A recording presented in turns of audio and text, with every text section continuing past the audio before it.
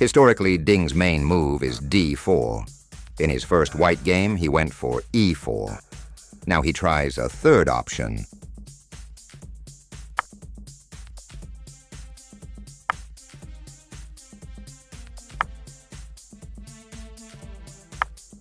Ding has never played this before. With this move, he shows that he wants a position without much theory and without many risks for this game. Black has many development options. He can put the bishop on g4, play e6, and then develop it with the fianchetto b6 bishop b7. Or he can immediately develop the other bishop with g6. The move played is also natural and good.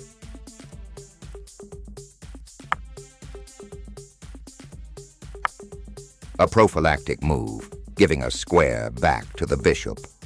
After the immediate e6, white can grab the bishop with knight h4, which is already one of the very few benefits offered by his opening system.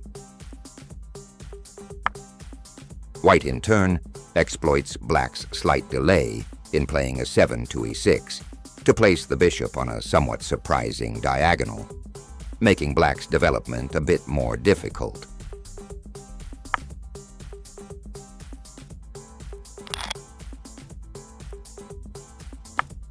c5 is an option not to exchange bishops, but then white can play c4 and fight for a small advantage.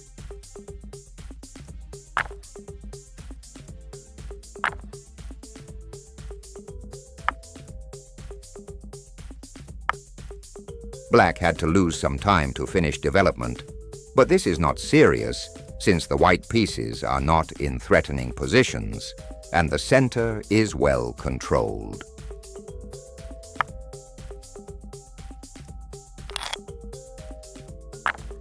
d4. It's possible to play this without defining the pawn structure, but this doesn't give any advantage to white.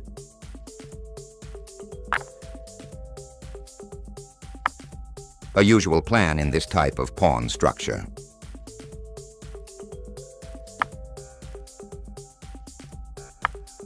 At the moment, black can't drive the knight out with c6 to c5, so it's relatively safe on d4, despite not doing much.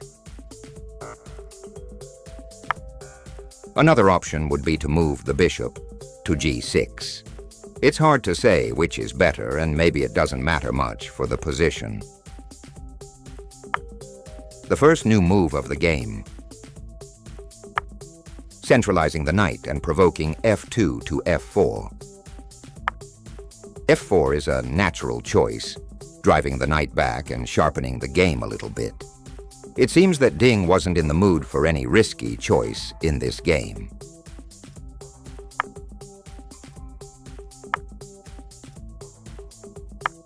Black prepares ce6 to c5, attacking the knight that is unstable on d4. The knight goes back, offering simplification.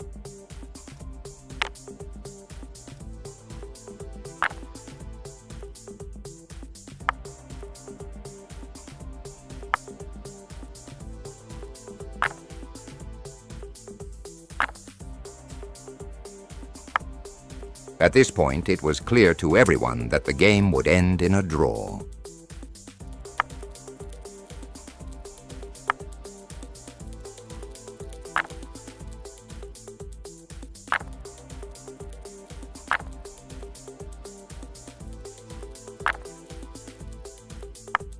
The only imbalance left will be the placement of the pawns.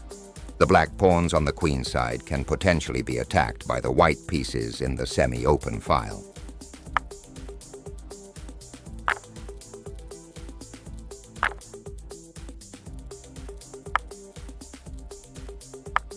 The fewer pawns on the board, the less potential for new queens, and the higher the likelihood of a draw.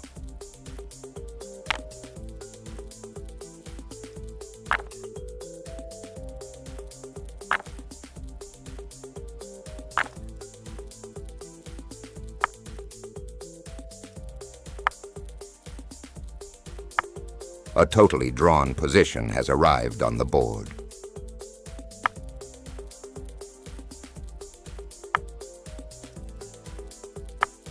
Gukesh wants to continue playing. This pawn move is completely unexpected.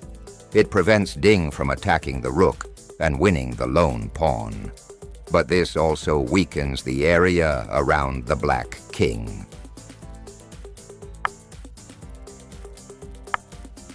Gukesh adjusts his king one step away from the middle of the board. He's voluntarily placing his king on the same diagonal as the white queen.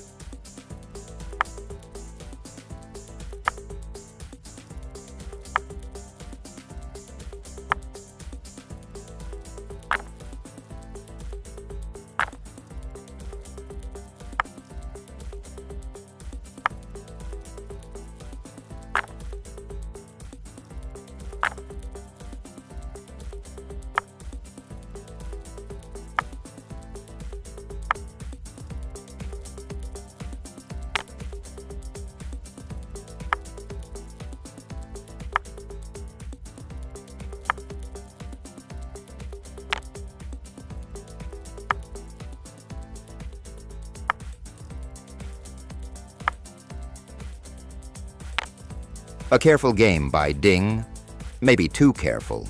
He needs to take more risks with white to have real chances in the match.